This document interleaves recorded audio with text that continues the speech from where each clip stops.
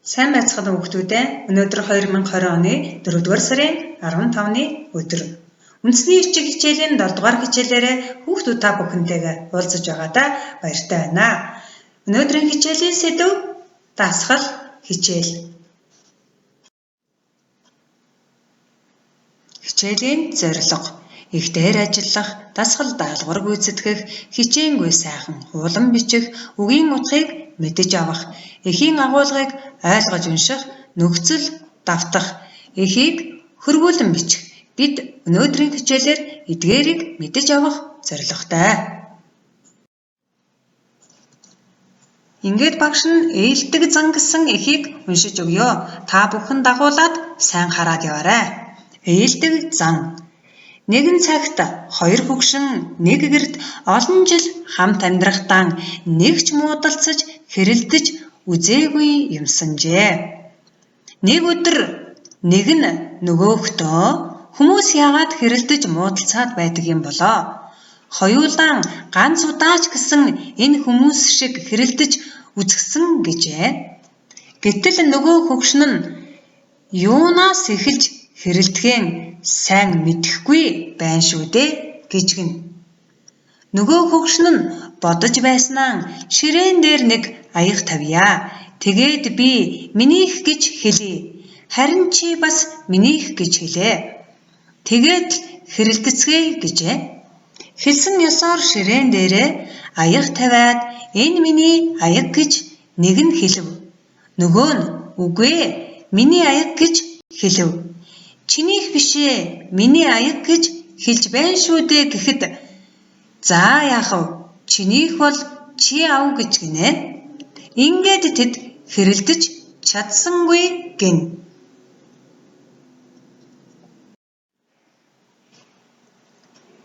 Ээлдэг зан гэсэн эхтэр дасгал даалгавар өгч байна. 1. Эх дотроос үүлийн тиалгалтай үгсийн дагавар зураарай. 2. Нэрийн холбоог үүлийн холбоо үгсийг ялган бичээрэй. Эхийг дэвтэртээ хуулан бичээрэй.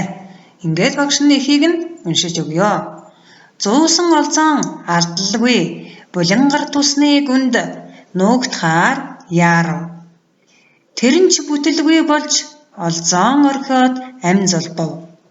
Армаана зээрийг хамрааран түлхэж уснаас холдуулаад шархыг нь долоож эхлэв. Энэ бол амьтны ертөнцийн дэх сонин тохиол байлаа. Өөр төрлийн амьтан шүү дээ. Зээр Армаана 2. Харамсалтай нь хүнд шархацсан зээр хагас цагийн дараа үхлээ.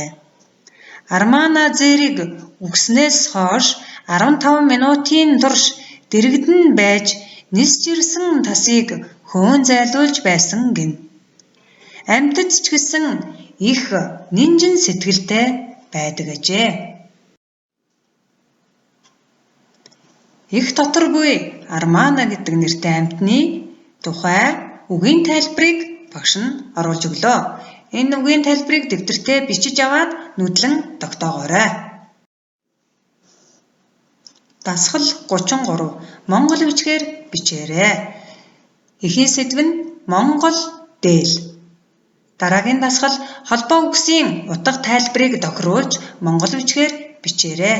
Жишээ нь 1-ийн Б, 2-ийн Д гэх мэт. Хос ёсны сургаалаар төрөөн засах ёс гэсэн эхийг маш сайн ухаарч уншаад хуулан бичээд тийн ялгалын нөхцөлтэй үгсийг зурж тэмдэглээрэй.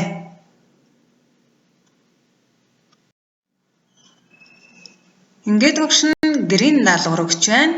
Гэрийн даалгаварт монголчуудын зочлох ёс гэсэн эхийг дэвтэртээ монгол бичгээр бичээрэй.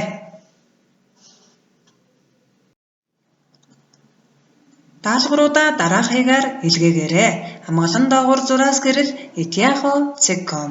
Өнөөдрийн хичээлд анхаарал хандуулсан та бүхэндээ баярлалаа. Баяртай хүүхдүүдээ.